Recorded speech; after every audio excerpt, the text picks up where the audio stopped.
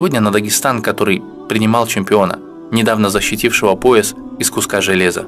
Посмотрите на оголтелую толпу фанатов и этих людей, выкрикивавших такбиры и возвеличивавшие Аллаха из-за харамной победы, которая не принесла ни унции пользы в копилку этой уммы, как не принесло бы и его поражение.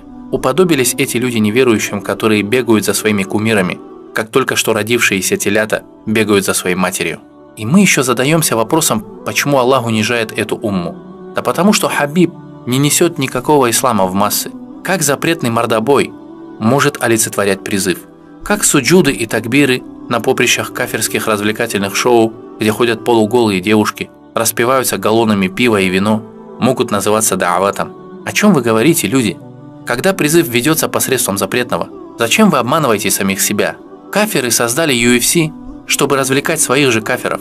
И мусульмане в лице этих бойцов в этой шахматной игре лишь рабы и пешки, которые отыгрывают заданный этими кафирами сценарий. Шайтан унизил их и заставил их играть по правилам кафиров и потянул за собой всех этих фанатов, которые создали для себя кумиров в лице Хабиба и убеждают других, что он и его бои имеют какое-то отношение к исламу. Валлахи, ни его бои, ни его фальшивая слава не имеют никакого отношения к исламу и никогда не имели. И тот харам, который он создал вокруг себя посредством запретных римских колизейных рабских боев, став объектом для подражания далеких от ислама людей, завтра, в судный день, повесят ему на шею, если он не покается в этом мире. Не на этом были наши праведные предшественники.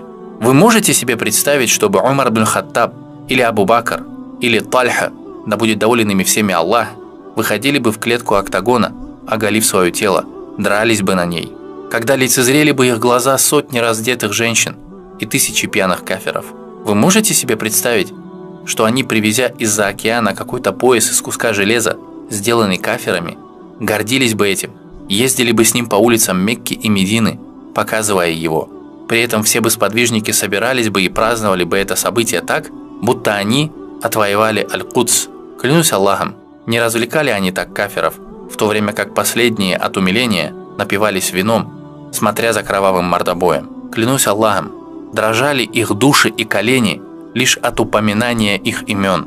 Содрогались их сердца, когда они слышали издалека топот надвигающихся конниц и звон звенящих мечей и сабель сахабов, разговоры о которых долго оставались в памяти и на устах ни одного поколения кафиров.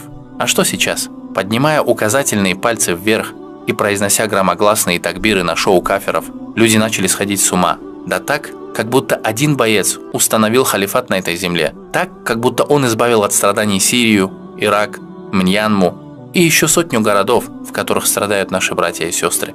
Что же вы не собрались также многотысячными толпами и не кричали, и не восхваляли Аллаха, когда под бомбами в Сирии, Ливии, Ираке, Йемене и других местах убивали ваших братьев и сестер? Радость от победы в рабском харамном бою стала для вас слаще и превыше горя и страданий ваших братьев и сестер? Что с вами? У вас что? Кастрировали человеческие ценности? Где ваша идентичность?